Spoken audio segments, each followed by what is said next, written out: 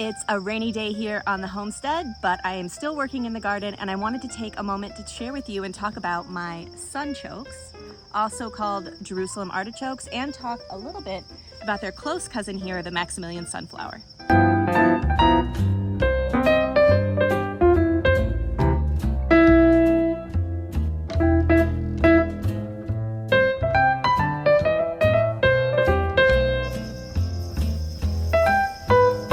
So these plants are actually perennials. They're going to come back every single year, and they're not considered invasive.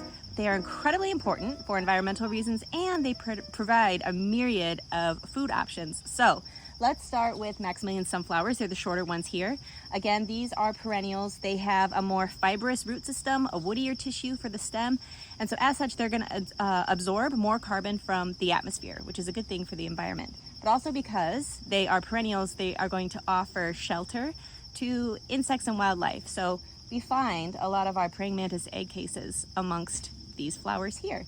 The seeds of the Maximilian sunflower are edible, but so are their tubers. So when you install these into the ground, you can do by way of seed, or you can order tubers, which is what I did from a seller on Etsy.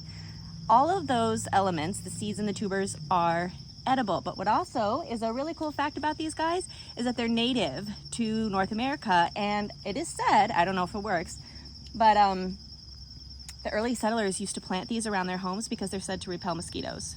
I don't know if that's true. But I wanted to plant these because I wanted sunflowers every year. I wanted all the benefits of perennials, and I wanted to have a place for those praying mantis and birds to have a source of food and shelter.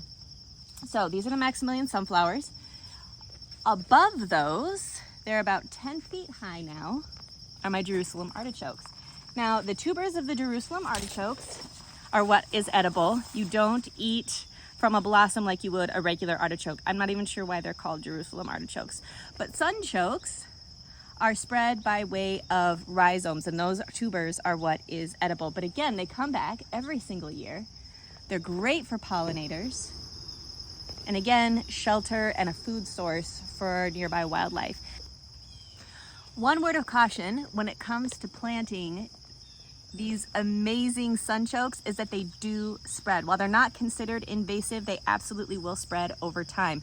This is not a plant that you want to put in a bed, a garden bed, a raised bed, and then think that you're going to rotate. This is something that's going to come back every single year, bigger and better. And it's also heat tolerant and virtually disease-free. So with that in mind, know that this is a very resistant plant that is not going to be easy to get rid of if you change your mind. So make sure when you plant this, know that it's going to grow thick. It makes a great privacy screen, almost like a fence, a living fence or a living wall. And know that it's going to come back and be prolific every single year, especially if you are not harvesting your tubers.